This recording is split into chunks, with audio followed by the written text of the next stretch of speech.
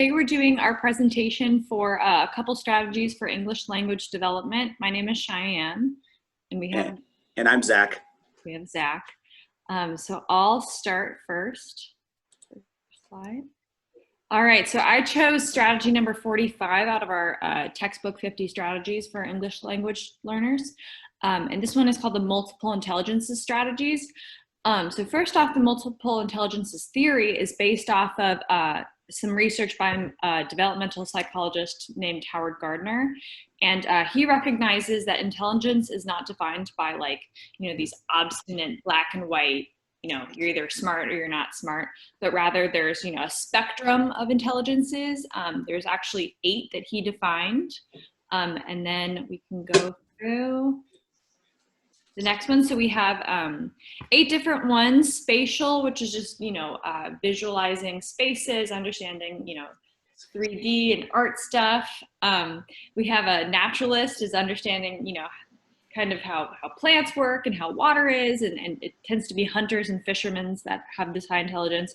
We have bodily kinesthetic, which is mainly, a good hand-eye coordination. A lot of athletes have this. Musical intelligence is discerning sounds and music and pitches. Linguistic is rather important, obviously, for English language learners. And it's just, being able to learn languages quickly, understand vocabulary well. We have logical mathematical, which is pretty self-descriptive. And then we have intra and interpersonal. Intra has to do with understanding the emotions of others, while inter has to do with understanding your own emotions. And obviously everyone is a combination of all of these, but we all have strengths and weaknesses. And then next slide. All right, and a great way to, incorporate multiple intelligences theory with language acquisition is, where am I? Where was I gonna read? So it's especially this theory is especially beneficial to English language learners since it allows them to demonstrate their intelligences and to learn different languages on a platform and mode which is easiest for them, which allows them to boost their self-esteem and motivation and lower their affective filter. And a lot of research has been done to back this relationship. And we can continue. So the book did suggest that it is important for teachers to understand or have a general idea as to each student, what their strengths and weaknesses are. And they can either do this just by observing and kind of marking things down, or they can quite literally give their kids a self-evaluation opportunities, such as this little worksheet provided by the textbook. It's kind of just for kids to circle what, how they feel about certain activities and whether, they feel like confident in them and so on and so forth. And then next slide, Zach, please. All right. And then this is just one, example activity that teachers can use to utilize the multiple intelligence strategy is they can set up learning centers around their classroom. And it doesn't have to be all 8, obviously, but, for example, and this is the way the textbook put it, if you were, focusing on a certain book in a class for a classroom activity, you could have the listening center where this would, be great for kids who, are more linguistically intelligent, where they listen to the story, and the music center where they might, the specific language they're listening to the book in, they could review cultural music from that, culture and so on and so forth, with all of the other intelligences. And Zach is gonna go now. Thank you, Cheyenne. Really appreciate it. We're having a little bit of technical difficulties today. All right, let's move this way. Okay, so the skill that the strategy that I was emphasizing was collaborative reading. And this basically, what do you do when the students can't actually read the textbook, and how are we still getting them to interact with that information? This is just a little quote from some researchers that were talking about it.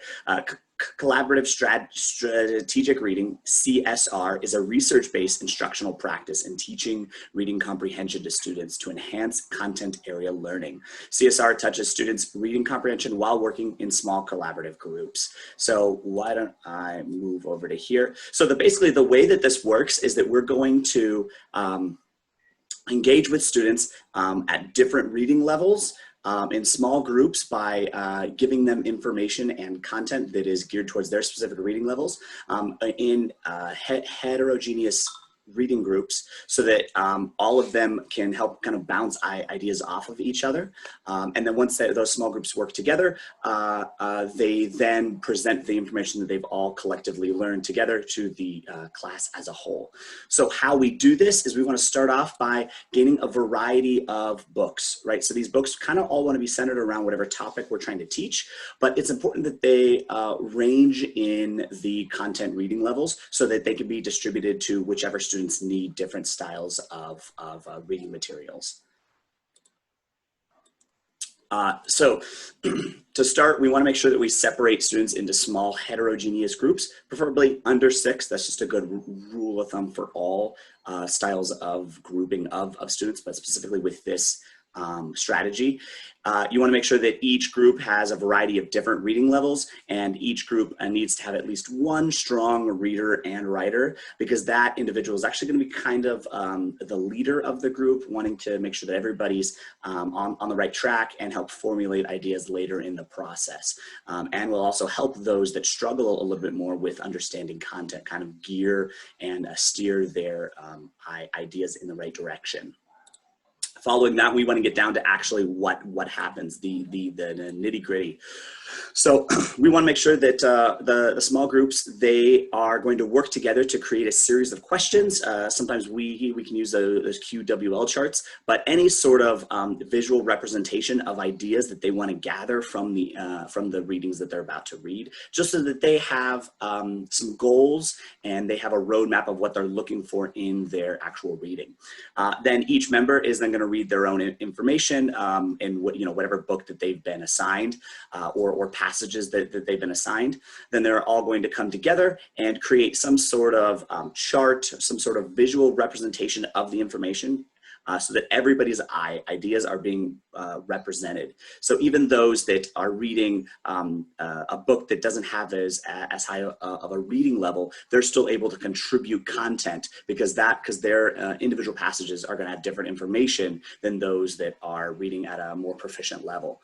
So after we have all of that information put down on the piece of paper, students are then going to start trying to figuring out a way to present that information in some meaningful way to the class. Usually this is where the instructor has given some sort of guidelines, like we wanted to do a skit or a poster or whatever that is. That's where the students then distill down and figure out how we're going to execute whatever the task was.